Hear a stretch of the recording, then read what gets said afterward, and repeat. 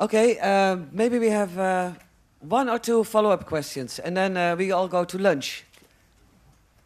Yes? Oops. Very amazing.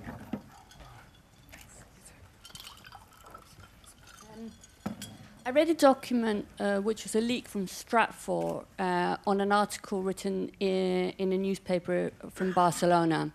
And it described a surveillance machine within Catalonia which was cooperating between different nations. So it described, for instance, that Indians would be monitored by Indian intelligence with the cooperation of Spain, and they would kind of coordinate all of the different surveillance needs among different communities within Catalonia. And I wanted to know if there's any information about actually a lot of these systems are in cooperation rather than in competition, which is an outlook that we assume that these nations are in competition. Is there more questions? We just first get the questions, yeah, and then one round of answers. Thank you. My name's Peter Bale, and I'd like to ask a sort of elephant in the room question, if possible, probably from James and Duncan, but picking up on something that Maria said as well. Is the issue here, I mean, when Truman set up the NSA, he presumably did it because he felt it would protect American citizenry at some point. Is the issue here really the one that Maria mentions about transparency, that all of this is being done in our own names, or is it the fact it's done at all? I'd just love to address that sort of slightly philosophical question, because the foundations of this were presumably with some good intent, not just a spectre of control. Any other questions? Yes. I guess I want to put out maybe a little challenge. I work in health information technology, and one of the problems we're having in healthcare in the United States, but also around the world, is that it's hard to get the right information about a patient to help them. And it's not just health information. Almost any part of your life could be related to healthcare. The more we push for protecting privacy in a very narrow way, the more we also make people vulnerable. And I think the current state of health information technology is horrible and scary. I think I want to just go back to what Cy Hurst said, which is these people are going to do a lot of damaging, horrible things no matter what. We should not put our lives at stake for this. We need to find some way to control this. I don't mean to belittle any of the things that people have been saying. They're very important, but I think we need to understand the value of data for people's livelihoods, for improving people's lives, especially in rural areas. It's another important thing to be considered. Come to my presentation tomorrow. Yes, tomorrow Karen Spink will speak about this in the session about methods of investigation. Okay, last two questions. I keep track, you keep track too. Thank you. My name's Ian Puddick. I blog and tweet about police corruption and lack of police accountability. My question is, the police are in a unique position away from the public because they swear an oath to uphold the law. Where are the police in this? Because a lot of government officials, bureaucrats, are there because of what they do, but they don't actually swear this unique oath. And I just wondered where the police were in holding these people to account when they break the law. Thank you. Last question here. Yeah, I'd be interested to get your views on government-sponsored industrial espionage in terms of the trade agreements in particular, with both the TPP, Trans-Pacific Partnership, and the TTIP. And my really question is that I would really like you also to address the whole privatization of this intelligence business, that it's all outsourced. That's very scary, even more. Okay, I guess you can handle another 5 minutes before lunch? Yes? Good. No way? Well, no way leaves now, and we just take another 5 to 10. You have 3 minutes? Okay, Andy, go. Duncan, please. Pick one and address it. So I was trying to keep a note and then just give a sort of integrated response. To the colleague from Catalonia, I would say go and look at what's put out there by Big Brother Watch and Privacy International. There's a lot of stuff, and you'll be able to give more information on the private companies. There's a lot of companies emulating the kind of kit that NSA, GCHQ, and others have developed and putting it out there, and you can get information on that. And it sounds like that's what you were looking at. To the colleagues talking about health, yes.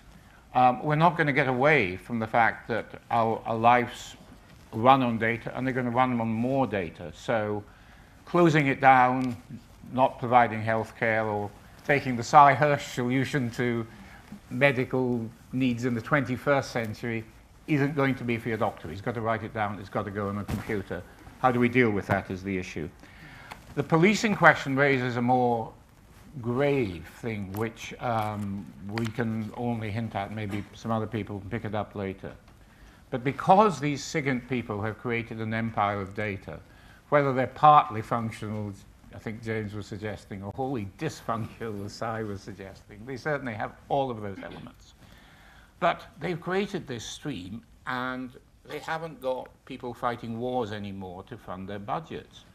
So what they are, the transition they're in is not just trying to change laws around the world to build this intelligence multinational, which I suspect is what you just told us happened in India. 5 years from now, you'll probably find that NSA's Foreign Affairs Division created these laws and caused them to come into place. So the drive is to take the secret surveillance, still protected by the intelligence and secrecy, and push it through the criminal justice system to bring prosecutions and people to trial. Now, Cy, I think, hinted at that. I think all of us here on the panel know of examples of that. And that is the process they're trying to do. Indeed, one article in The Intercept that a colleague did, Ryan Gallagher, was about an intelligence community outreach program to push this data there. Now, this is the greatest travesty of our system simply because it defeats what justice is about. It makes it invisible, unaccountable. It undermines Constitution. That's an area you've got to watch. And to Peter, who asked probably a sort of overriding question, I incline to what I think, James, in your article you said, NSA is there for legitimate purposes. That's being recognized. There are goods to be derived, but no accountability, no proper law, no transparency, and you have a rogue system that does all kinds of things. They do not have the courage. They berate us, they raid us, they got us to smash our hard drives, they criticize us, but they do not have the courage to come out in open debate and actually achieve what they say we should respect. Yes, there are limits to privacy, but there are limits to surveillance, and you can't have a debate when not only is there secrecy and no accountability, but they'll arrest you, jail you, punish you, prosecute you, hound you and your sources if you try to find out and report.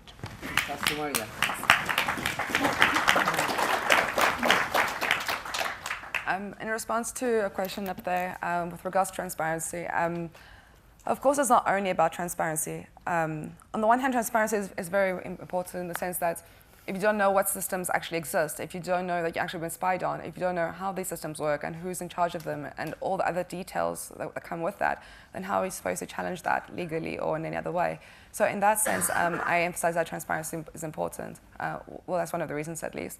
But of course, it's not only about transparency. I mean, surveillance itself, I think, is extremely concerning. The idea that it's normal to be spied on, the idea that it's normal to have third parties monitoring our lives, collecting data about our lives, aggregating that and analyzing that on a daily basis without our knowledge or consent, that itself is terrifying.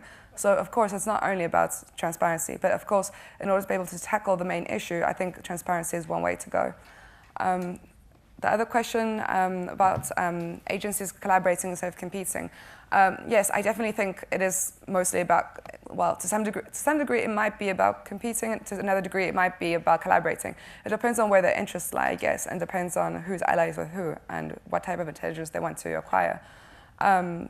With regards to India in particular, well, yes, they have a, if I'm not mistaken, I think they have a mutual legal assistance treaty with Spain, which will kind of explain it to some extent, and with a whole bunch of other 34 countries. And with these countries, of course, they can share intelligence data. And then so in that sense, when there are allies in terms of intelligence gathering, yes, there will be collaboration, and we have seen collaboration on multiple levels, even with the NSA, even like in the document that Duncan showed earlier, with the 30 countries, which provide direct access to fiber optic cables, which make up the backbone of the internet. So yes, we can see that multiple countries around the world, the intelligence agencies do collaborate, and it kind of looks like intelligence agencies around the world are collaborating and creating this global surveillance ecosystem in a way. So it's not really about competing. I think, like I said before, I think competition has to do with interests and with your interest in the specific moment in time. In a specific, for example, if we're talking about China and the US, then yes, there might be some competing interests, and I'm imagining that no, there's not that much collaboration as much as there is with other countries. So it really comes down to politics to some degree, I think, and a whole bunch of other factors. And yeah, so. Thanks. With regard to that question about whether good intent, originally it was good intent. I mean, the whole idea was in World War II, you had the UK and the US and Australians and most of the English-speaking world collaborating to break the Enigma code, the Purple Code in Japan, and so forth, and that was all well and good, and that was the whole idea of creating NSA, was to continue that expertise and not lose it. The problem is when we didn't have wars, we just had a Cold War, to turn that not on the Nazis, the Germans, or whatever, but to turn it on the American public. And that's the problem. When you set up an agency, as I mentioned, that's outside the law, that can happen, and that's the problem. Yeah, there was good intention when Truman set it up, but you put presidents like Nixon and Bush and, to a large degree, Obama in there, and we've got the situation we have. With regard to what Cy said earlier about the uselessness, I mean, I completely agree. The agency came out at one point saying, well, we had 56 times where we were able to save the world. It came down once the Congressional Intelligence Committee started analyzing it, down to one instance, and it was a taxi driver in San Diego who sent $8,000 to some group in Somalia. So that's what we've gotten out of that big system of years and years collecting all this metadata and everything.